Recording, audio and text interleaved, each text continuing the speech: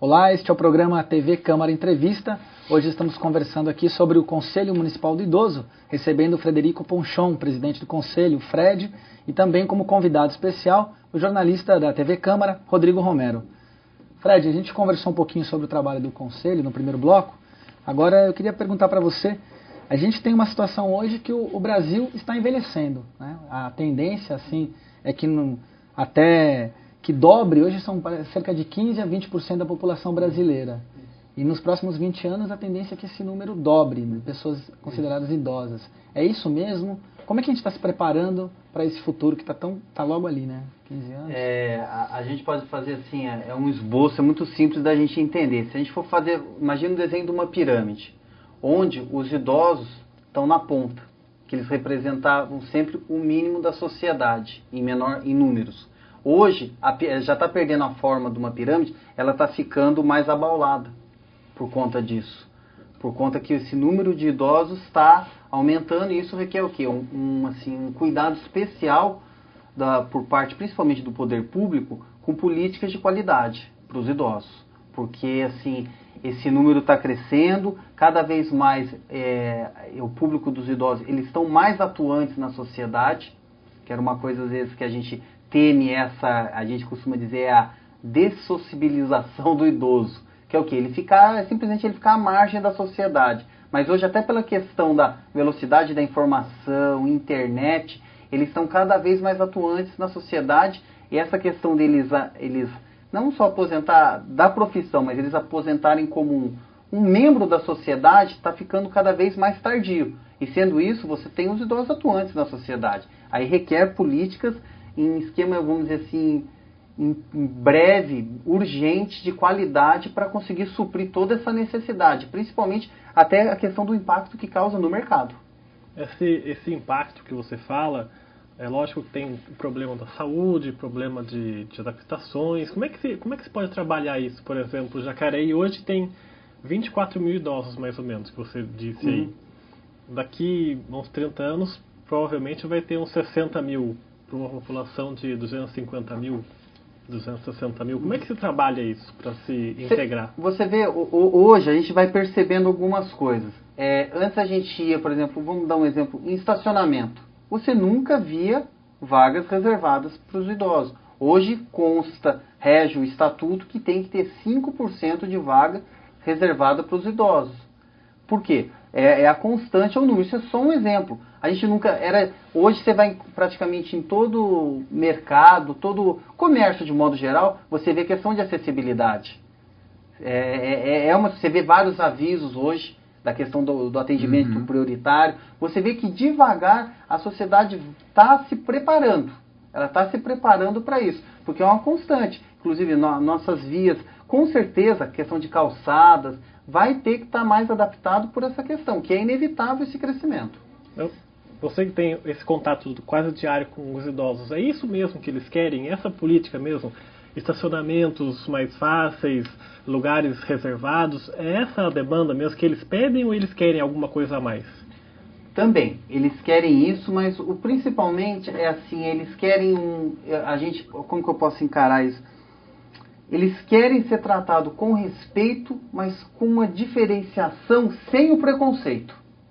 Veja bem o que eu falei, é um limiar muito estreito. Tem gente que confunde isso muito fácil. É muito fácil você confundir as estações, vamos dizer assim. Eles querem tudo isso sim. Querem um conforto, e eu acredito que é merecido. É merecido. Só que eles querem também programas de qualidade para eles, entendeu? Não só, coitado, tem a vaga, tá bom, tem a rampa ali, tá bom, não. É uma política de inserção mesmo deles na sociedade, que eles têm muito a somar para a gente. Fred, isso é interessante. Em alguns casos, a sociedade brasileira ou qualquer outra sociedade, ela enfrenta alguns temas e coloca esses temas na pauta de uma forma muito mais dinâmica do que a capacidade que o poder público tem de criar leis para isso. No caso do idoso, a gente vê hoje uma série de leis, o Estatuto do Idoso. A minha pergunta seria, como é que é a reação da sociedade, a aceitação da sociedade em relação a essas leis? Você falou o exemplo da vaga de estacionamento em shoppings, em estabelecimentos comerciais para o idoso. A gente é muito comum ver essa vaga ser desrespeitada. Sim. Inclusive os comércios adotam a tal da multa da consciência, né? Eles não têm o poder de multar, mas coloca ali um adesivinho no seu carro. Como é que você acha? Você acha que em termos, na questão do idoso, a sociedade ela está mais avançada para esse debate do que o poder público? Ou o poder público está tomando a vanguarda nisso, com as políticas específicas?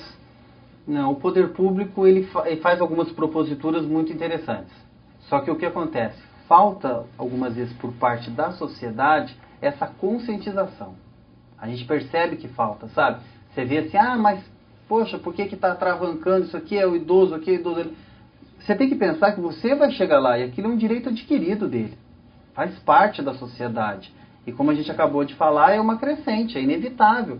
Por isso que o pessoal tem que estar preparado. Assim, se quem está na frente, quem está atrás nessa questão de, se o poder público está mais avançado, o poder público tem muitas pessoas muito capacitadas que estão pensando nisso.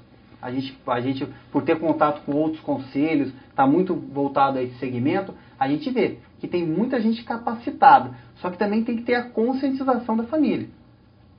Entendeu? Da família e da sociedade como um todo, né? Mas eu costumo dizer assim, primeiro a gente tem que fazer a lição de casa.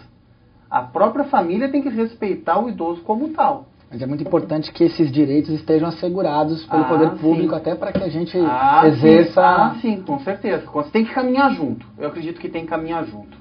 E quais são as atividades do Conselho do Idoso para os idosos, por exemplo, palestras, festas? O que vocês organizam lá? Eu vou falar de uma atividade muito interessante que aconteceu agora no dia 1º de outubro, o Dia Nacional do Idoso. A gente realiza o encontro regional, né? Esse ano foi a 6ª edição. Para você ter ideia do que representa esse encontro, vai de 1.000 a 1.200 idosos comparecem lá no dia. Você vê, é um número bem grande em vista do número de idosos que a gente tem em Jacareí. Esse é um dia voltado para atividades físicas, gincana, teste de glicemia, aferição de pressão, corte de cabelo, enfim. É um dia de descontração para eles. Sorteio de brindes, tem um baile para eles. É um dia voltado para eles. E essa é a parte da diversão que a gente fala, para comemorar o dia 1º. E tem a parte também que a gente fala da informação, que é o quê? De 2 em 2 meses tem um fórum permanente de discussão dos direitos das pessoas idosas. E o tema a gente costuma variar muito. A gente costuma ver os tipos de denúncias que estão mais à tona no Conselho e a gente pinça esse tema. Por exemplo, final de ano. Pessoal com 13º, o índice de assalto nas ruas aumenta. O que a gente fez uma vez? Na época, foi um coronel da Polícia Militar, pegou e fez uma palestra para a gente sobre a importância de tomar alguns cuidados. Quanto a saída do banco, a questão da bolsa, porque era muito propício aquela época para isso. Era o início de dezembro, se não me engano. Novembro, dezembro, algo desse tipo. Já quando começa a chegar muita denúncia, por exemplo, dessa questão de empréstimo consignado, apropriação indébita, enfim, a gente chama o quê? Chamou uma pessoa que foi gerente de banco durante 30 anos e deu uma palestra sobre educação financeira.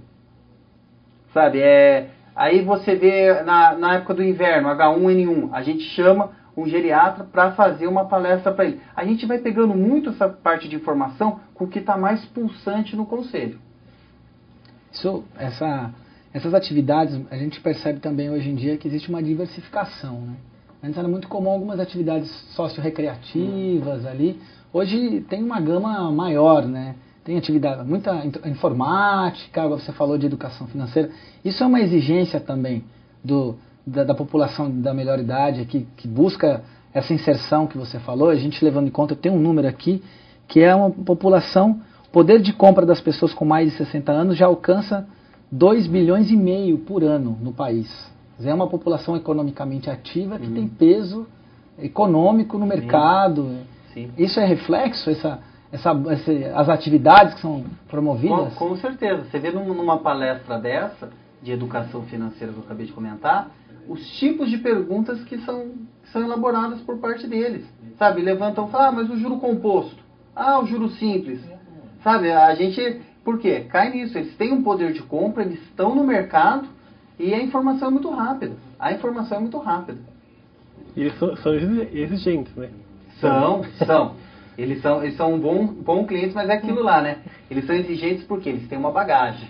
Eles têm uma bagagem e eles vão exigir. Eles estão pagando, mas eles querem a qualidade do serviço. Bom, vamos agora para o nosso intervalo. Na volta, o terceiro bloco do programa TV Câmara Entrevista, hoje tratando do tema do Conselho Municipal do Idoso, recebendo seu presidente, Frederico Ponchon, e o jornalista da TV Câmara, Rodrigo Romero.